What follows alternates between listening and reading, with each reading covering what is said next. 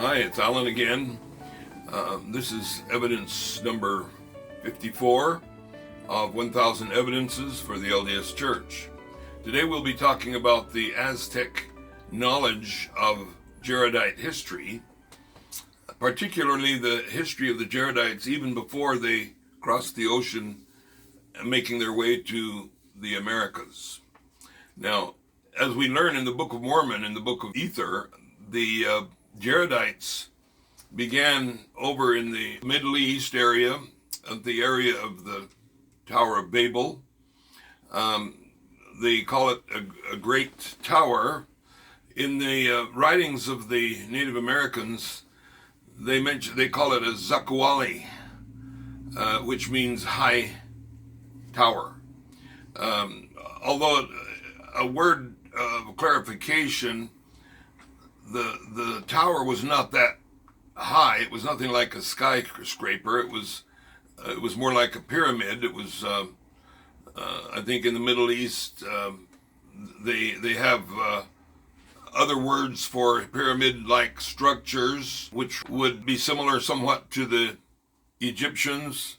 So these Jaredites, according to the Book of Mormon, realized that the language of the people was being confounded, and they entreated the Lord and asked for that their language might not be confused and confounded. Their prayer was granted and was answered, and they later left, crossed an area of land, came to body of water, crossed that, and then eventually made their way to the Americas, as the Book of Mormon teaches. Now, that story is found in non-LDS accounts of Native American history, and I think it's quite significant. This is absolutely an evidence for the truthfulness and the historicity of the Book of Mormon. According to the people who descended from the Toltecs, Aztecs, Alcoas, written by Humboldt in his Voz des Corrieras, Volume 1, page 114 to 115, Volume 2, page 175 to 178, Volume 3, pages 65 to 67, and Il Torini, Idea di una historia, pages 113 and 114. And in this, they have accounts of these things. Another main account is a translation of the writings of Ixtlilxochitl. Ixtlilxochitl was an Aztec prince who was alive during the time of the Spanish conquest, and he could see that the Spanish were moving in and destroying his culture, his civilization, smeltering down the gold, if there were gold plates, to take back to the old world. And so he decided that he should write a summary of his people. And this summary goes quite closely parallel to the Book of Mormon. And this part of his writings, the works of Ixtlilxochitl, was dealing with the people who left the other land, which would be the Middle East, left the place of a large building. And it says here, the Tolteca history tells how afterwards men, multiplying, made a very tall, strong zakuali, which means a very high tower, in order to shelter themselves in it when the second world should be destroyed. When things were at their best, their language were changed, and not understanding each other, they went to different parts of the world. And the Toltecas, which were the ancestors of these Native Americans, who understood their own language among themselves. In other words, their language wasn't changed.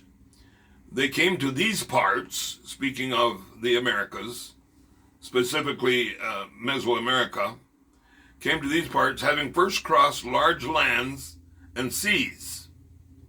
And I think that's very significant. Now, in the story as given in the Bible, we have critics that say, your Book of Mormon is inconsistent with the Bible. The Bible says the language of everyone was confounded and confused and corrupted. Well, we would say that was a general problem, not specific to remote exceptions. The Bible in several places speaks of things that sound worldwide and total encompassing everything, when really it's speaking of in general terms. For example, during the plagues of Moses, when they were in Egypt, the Bible says that all the cattle of the Egyptians were killed. That's in Exodus chapter 9, verse 6. Yet a few verses later, the Bible implies that some Egyptian cattle survived. That's in verse 20. Likewise, all the horses were said to have died in one of the plagues in Exodus chapter 9, verse 3. Yet some survived in Exodus chapter 14, verse 9. Obviously, the horses that were pulling the chariots survived. So, what we're saying here is there are some factors that can be taken into consideration where the general rule doesn't apply to specifics. And I hope you can look at this and understand this evidence as not really a criticism, but an evidence that the church is true. It's consistent with the Bible, even where there's apparent contradictions. It's all true, and I feel really good about these principles and these concepts and these evidences, and I hope that you will see the beauty of these things yourselves. And I thank you for watching, and we'll be back with evidence number 55.